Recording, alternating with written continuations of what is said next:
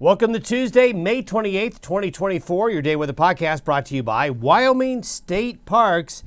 With temperatures warming up across the state, Wyoming State Parks and historic sites are gearing up with a season of fun and educational summer events. Visit these parks' respective Facebook pages for more information. Well, the weekend had a little bit of everything. And that typically is what happens over Memorial Day weekend. It's always that time of transition to where spring and winter want to hang on and summer wants to get started. Now, you might be wondering, why are you showing a picture of a power plant? But for those keen observers, there's some important data there from those smokestacks, the steam stacks there. They're going straight up. After all that wind that we had on Sunday, winds really calmed down yesterday across the region.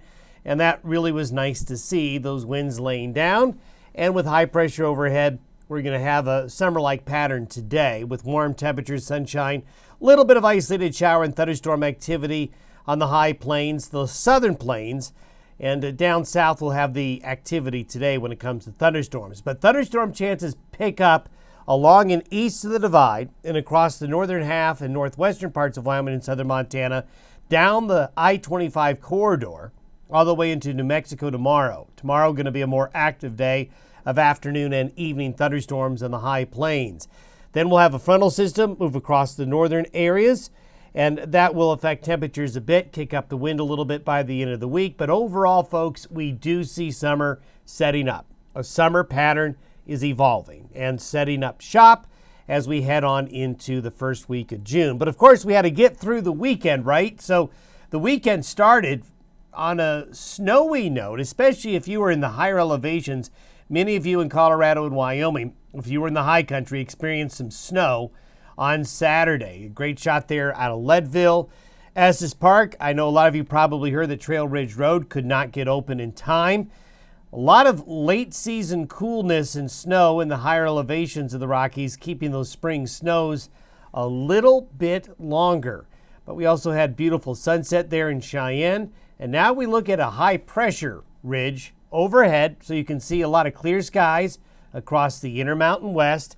Just a little bit of thunderstorm activity as the severe weather kind of taking a break across the nation's midsection. So it's going to be a pretty quiet Tuesday across the region, except down here where there is going to be more activity when it comes to thunderstorms. This is why we've got a big high pressure ridge overhead. We have this system right here, and this is going to bring a little bit of a cool front intersecting with the deeper moisture down there, and we'll show you here in a minute where we're going to see the thunderstorms today. When we take a look at thunderstorm development, and for those of you that have been watching the podcast since last summer, I show you these maps a lot during the warm season, the precipitable water charts. Basically, it's a measurement of the column of the atmosphere from the ground all the way through the top layers of the atmosphere that help produce precipitation. And this gives us a gauge of how much water is available to end up becoming clouds and eventually precipitation. And what's great about these images I'm showing you, the green is going to be where the deeper moisture is going to be. The brown is where the air is drier. White is where the air is basically moist based on the 30-year averages. It's got about the normal amount of moisture that it has. So brown dry, green wet, and the numbers you're seeing are the percentages of average. So if you see a number below 100, that's where the air is going to be drier. If it's near 100, you've got moist air, but it's not too moist. The green and then the blue colors is where the moisture is deeper. It's just a good way to kind of get a gauge on where the thunderstorms are most likely going to be on any given day. Now, keep in mind, these are static images. They're just one moment in time, and these are maps like the atmosphere is changing constantly. But if we look at where we're going to be around noon Mountain Time today, you can see the deeper moisture is right here. And then we also have some deeper moisture coming in the Pacific Northwest, but some dry air across the Dakotas, the desert Southwest. So you're going to see the thunderstorms in the white and green areas today, and that's exactly what you see. You see the deeper moisture, more thunderstorm, deeper thunderstorm activity across the panhandles, across South Texas, southeast Colorado, southwest Kansas hopefully could get some rain today, then more spotty activity further west where the moisture is not as deep. But tomorrow, there's 24 more hours for the atmosphere to get more moist, and that's what we're going to see. So today, we do have enhanced risks over central Texas, southeast Colorado, general thunderstorms elsewhere, but the severe weather today is going to be down here. Now tomorrow, we have a frontal system where that deeper moisture was approaching from the Pacific Northwest. See the high here over the central U.S.? Now keep in mind the circulation of the air around the pressure systems. The high pressure means clockwise air circulation around the high. So that deeper moisture that's in West Texas today has a chance to come up the Front Range, get thrown up northward. This also will bring moisture in from the northwest. The counterclockwise rotation around this low will help drive some of that moisture this way. So there's a bit of a convergence zone, air converging and moisture converging here.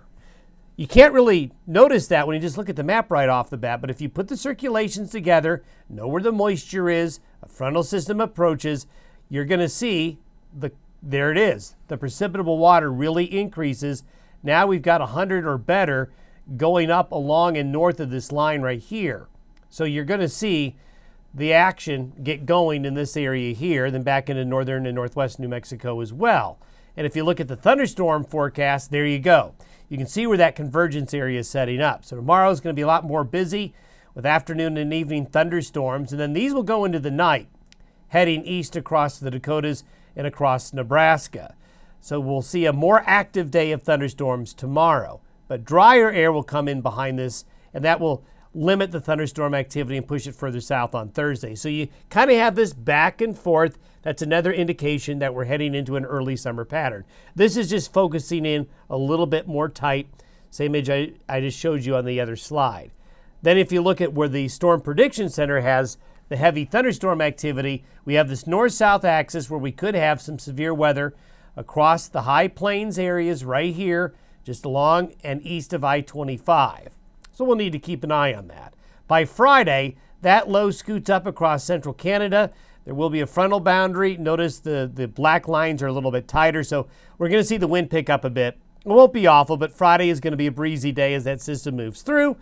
Then we have this high pressure ridge that'll come in behind it for the weekend, bringing less wind, summer-like temperatures, and a little bit of afternoon and evening thunderstorm activity. Hence, it's a early summer pattern. When we take a look at the forecast for temperatures over the next 7 days averaged together, you can see it's warmer now coming into the Rockies, and then we're seeing the coolness in the Pacific Northwest and the central areas of the U.S.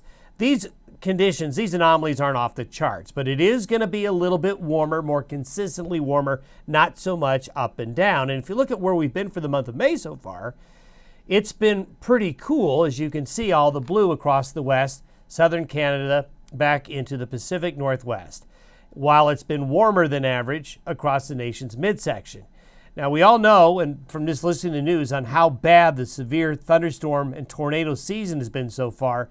And if you look at this temperature anomaly, you can see why. Because the battleground between all the frontal systems that we've had, and there's been a lot of them, coming across the Gulf of Alaska, southern Canada, the northern plains and northern Rockies, then they head into this area right here, the cold and the warm colliding. This is just a classic setup right here and in other parts of the country, but especially in the nation's midsection, to have a lot of severe weather in the spring when you have a temperature anomaly like this in the west and the east like this.